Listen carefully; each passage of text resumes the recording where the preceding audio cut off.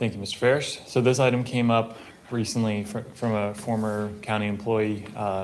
So I'll give you a little bit of history on this issue. So in November of 2024, the county created a benefit to people who met three criteria that they would get a $500 annual premium deduction on their health policy.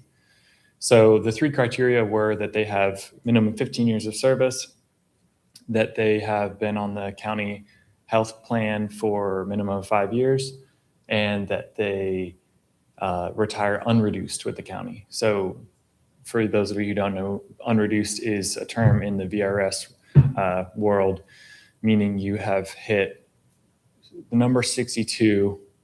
You're able to retire unreduced in VRS if you reach the number 62, which is a combination of your age and years of service. And this is obviously all applies to people who don't reach age for receiving Medicare benefits as 65. So people applying under 65. So that benefit was approved by the county in November of 2024, and it now applies to 3 people who received that benefit at a cost to the county of about $18,000 a year. So now other staff have come forward, who retired with the county, and asked that this benefit apply to those who retire, who meet all of those criteria. The first 2 of the criteria, the 5 years on the healthcare plan and 15 years on the service with the county, but retire reduced. So that would mean, they retired before they hit that 62 number. So that consideration has been requested to come before the board for your all's consideration.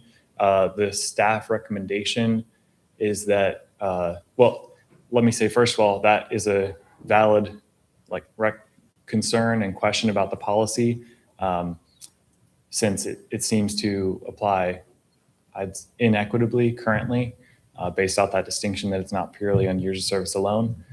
However, if we opened it up fully, so really the committee has 2 options. They can open it up fully to unreduced retirees, or they can keep it at the current in the current position where it just applies to 3 people who retired unreduced, or they could eliminate it entirely.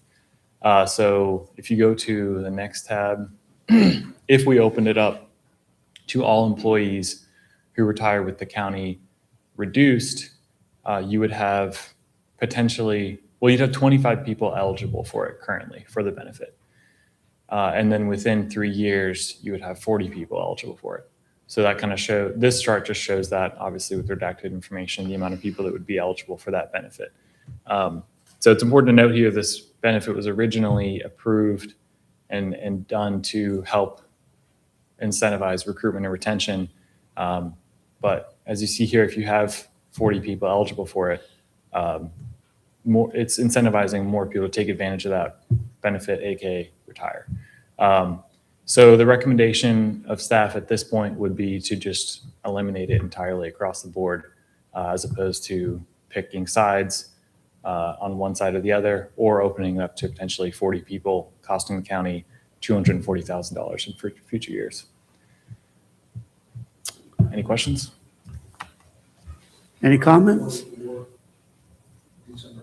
November 24. Yep. What was the policy? I can't recall what the policy. They had to make the full benefits, but they had to pay their way on the county health insurance until they hit 65.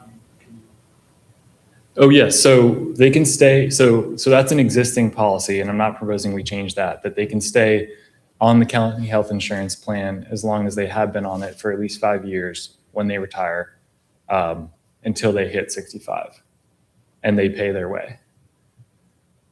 So they had to have how many years with the county? I think it's 5. They have to be on a healthcare plan. They have to have been with the county on a healthcare plan for 5 years to hit that. Okay, well, I'm not a big fan of $240,000. We're looking at a couple of years with 40 different people. But Yeah. Again, I think that it's good to recognize those who have spent 20, 25, 30 years with the county. I don't know if we can come to a compromise. We don't grandfather those 3 that are there, but I think going forward, I thought about a couple of different options. One, the staff recommends no stipend. It is a benefit to be able to stay on a group policy with a reduced rate versus out in the open market trying to get insurance for you and your spouse and family. But to appreciate those who have given that time, would the committee consider, like I said, a tier level? Say, for example, if 15 to 19 years, you had a dollar amount, 20 to 24 years, you had a dollar amount, and over 25 years, you had a dollar amount. We could set those, whether it be 100, 200, or 300, or to prevent, you could have a cap. In other words, you're going to put X amount of dollars into this, regardless of how many years, this is how much we're going to pay until you hit 65, and we know definitively what we're going to be looking at.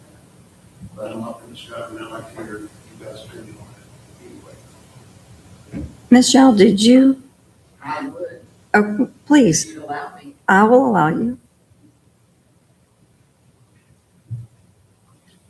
You have a lot of insight on this, so I appreciate it. Thank you for allowing me this opportunity. I just want to give you a little bit of history. Probably at least one of you in the room knows that, the timing of this corresponded with an employee that had given the county approximately 37 years of service. So the unreduced is not uncommon. It was giving some sort of benefit to people that gave 30 years of service to public service, at least 15 years of that 30 here in this county, $500 towards their, $1,100, $1,200 a month insurance. So, right now you're talking about an $18,000 a year issue. Now, I don't even know who knows about it. I don't know who's contemplating retirement. I know that, and I'm going to be perfectly clear with you. I'm under 65, not like 30 years under it, but I'm under 65. And I have been here 31 years. The part of the reason why this even surfaced is there was a constitutional officer staff that had given over 15 years of service to this county, received 2 different letters regarding her benefits in the month prior to her retirement date. And unfortunately, both of those letters were incorrect and needed to be corrected. So that stimulated the interest of doing some research to see who's doing what. So there are localities that do nothing. And then the other end of the spectrum, there are localities that employees that gave 30 years of service, and if they retired before 65, they gave 30 years to their locality, that not only did they get their insurance benefit until they reached 65, the locality's paying 100% of their Part B and G. So you've got nothing to all the way over here, like what I would consider the best. But, my concern is with this recommendation for elimination is, it wasn't that long ago you made a promise to a 37-year tenured employee. And you do have people that have given 30 years. Again, there's 3. I'm assuming I asked that question back in December. Were the 3 unreduced? Have they given 30 years of public service somewhere in Virginia? Because, and the fact of it's VRS or not VRS, it doesn't matter. It's 30 years of service. So just to be clear, unreduced. Law enforcement, I think, is probably 25, but for the rest of us, it's 30 years of service to public service. So I would ask you to, there are plenty of localities that if you gave 15 years to that locality, they do. One of the localities was $52.50 a month, $52.50 a month for those that gave $15. Some of them are $600 and $700 a month credit towards their health care. So it is all over the place. But before you toss what you're doing for those 3 people and any potential people, not that I plan on retiring tomorrow, but if, you've got a couple people in this room that have already given their tenure. And, this benefit was approved. So I would ask you, before you consider tossing the whole thing out, take a look at where you're spending $240,000 or where you're spending $18,000 now. Thank you. Thank you. I think one of the things that this comes up to me back last summer, the PBA, that was one of the questions with law enforcement as well, because of their tenure and their early retirement and having that access and that extra benefit. And obviously the retention, it helps with that retention. I don't know that this is something that I would say needs to go away. I think that we do need to explore things and see where we can add more and give those benefits to those that have been here long-term.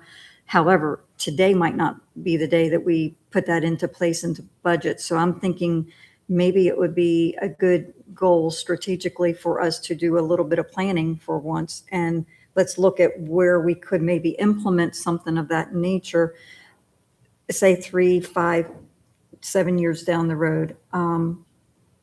Because I think that is something that is a benefit to especially our law enforcement because they can retire at that younger age.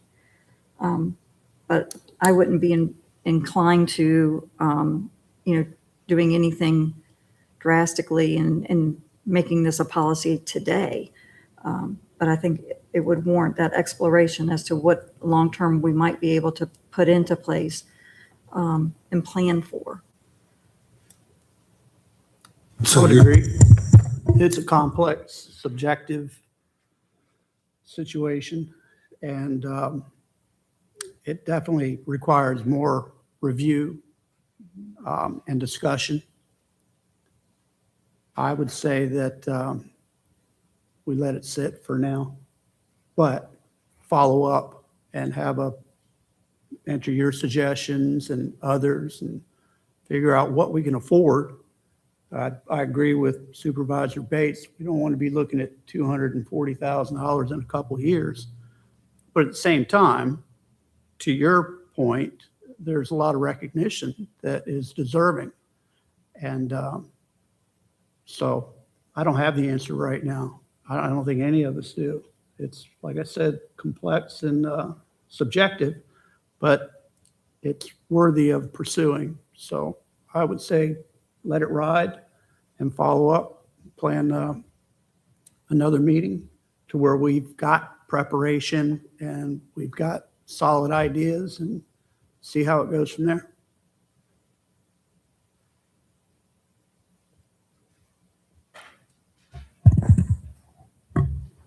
Okay, so in that case, I don't think you need to make a motion. There's just no action. We'll just leave the program as is. Okay. Any other questions or discussions? Okay. Now I will take action to work with HR to, investigate a future tiered and phased in system as budget allows in future years. That'd be great. Sounds good. Well, that's all we have for this committee. Motion to adjourn. Motion to adjourn. Thank you.